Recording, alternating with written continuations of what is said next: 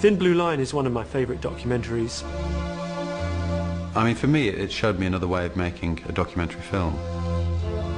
But there was such a brilliant investigation. It was done in such a wonderful theatrical way by Errol Morris. I think it's by far his best film.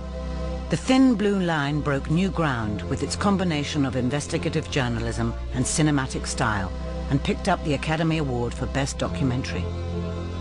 In 1976, Randall Adams hitched a ride with teenager David Harris. Later that night, one of them shot a police officer. Both claimed to be innocent, but Adams was convicted of the crime and placed on death row. The film re-examined the facts behind the killing.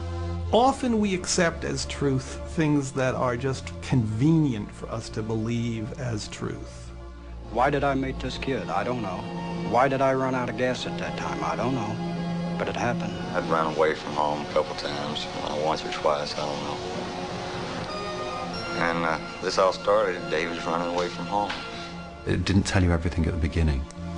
You know, it let you work things out as you went along. Just by seeming to present raw material and letting you decide with no voiceover. You're not told what happened. You're forced to actually, like an investigator, like myself in the middle of all of this, go through the process of thinking about the testimony, the evidence, and coming to a conclusion. And it just really sucks you into the story. Thin Blue Line was one of the first movies to really use recreations. And Errol, you know, he does a great job of shooting these scenes. They're beautiful. You know, he really is. He's a great storyteller. At the time that I did these reenactments, it was unheard of. It was considered to be a documentary no-no. It's been imitated ad nauseum. You can't turn on a television set without seeing an example of it. The Philip Glass score worked incredibly well.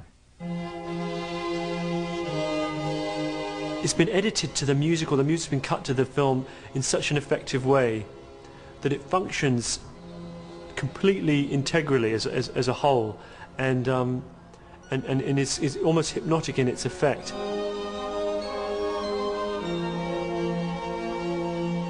Amazingly, David Harris eventually admits his crime in a taped interview with the director.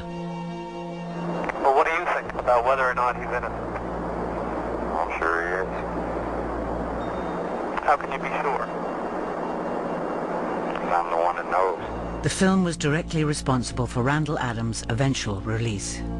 I don't believe they consciously tried to convict an innocent man, but I do believe it was easy for them to believe Adams did it.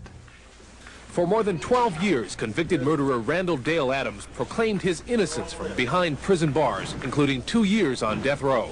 Tonight, he posted bond and will walk free. You know, the fact that it got him out of jail is incredible, but it's a great movie, you know, by itself. You know, just it's a really powerful piece of filmmaking.